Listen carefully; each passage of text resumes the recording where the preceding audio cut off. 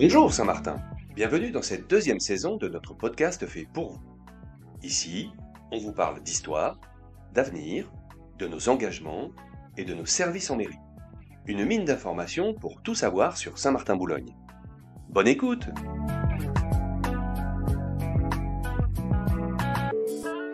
Bonjour à tous, bienvenue dans un nouvel épisode de Bonjour Saint-Martin, notre podcast.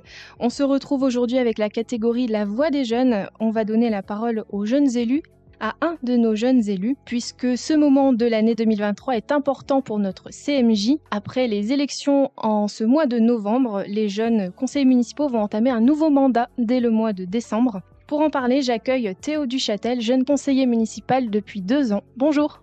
Bonjour. Alors, pour donner un petit peu de contexte aux personnes qui nous écoutent, le Conseil municipal des jeunes, le CMJ, existe à Saint-Martin depuis 2017. Il a été créé en 2016 et officiellement mis en place en janvier 2017. C'était un souhait de la municipalité de l'époque d'inclure les jeunes dans la vie citoyenne, dans la vie communale, de porter eux-mêmes aussi des projets. C'est un souhait que le nouveau conseil municipal entend pérenniser, puisque pour preuve, nous sommes arrivés maintenant au bientôt 4e mandat. Toi, tu es là depuis maintenant 2 ans. Comment ça se passe au sein du CMJ? Combien vous êtes de jeunes? Quel âge vous avez? Dans le CMJ, nous sommes 14. Ça commence au CE2 et ça finit à la terminale. Après, on peut arrêter avant, mais la plupart, ils n'arrêtent pas avant. Garçons comme filles, il y a Voilà, un petit peu tout le monde. Il y a tout le monde est accepté. À condition d'être Saint-Martinois, forcément. Mais à condition d'être Saint-Martinois ou d'être scolarisé à Saint-Martin. Et vous êtes répartis du coup en commissions qui ont un petit peu des thématiques pour justement orienter les actions que vous mettez en place. Oui, c'est ça. Nous avons 4 commissions. L'environnement, le sport, la culture et la solidarité. Vous avez donné des noms un petit peu plus jeunes à chacune de ces commissions. Oui. Par exemple, solidarité, c'était main dans la main, je crois. Oui, main dans la main. Le sport et la culture, c'est musclons notre cerveau. Ça fait un petit peu de dynamisme Voilà. en tout cas.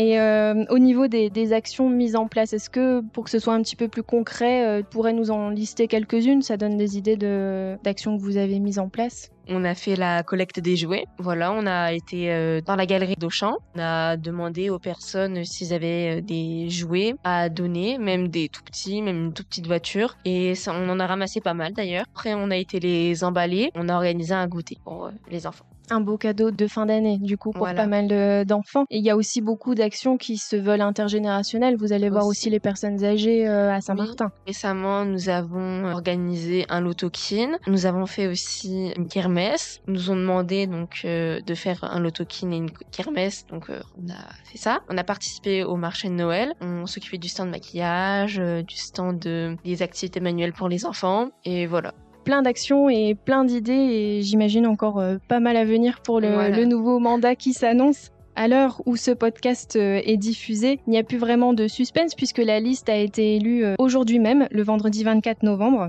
Et les jeunes conseillers municipaux vont être officiellement présentés le 1er décembre. Et pour expliquer un petit peu le fonctionnement de ces élections, comment les jeunes ont pu se présenter, qui peut se présenter pour candidater au sein du CMJ? À partir de 8 ans et la fin c'est 17 ans.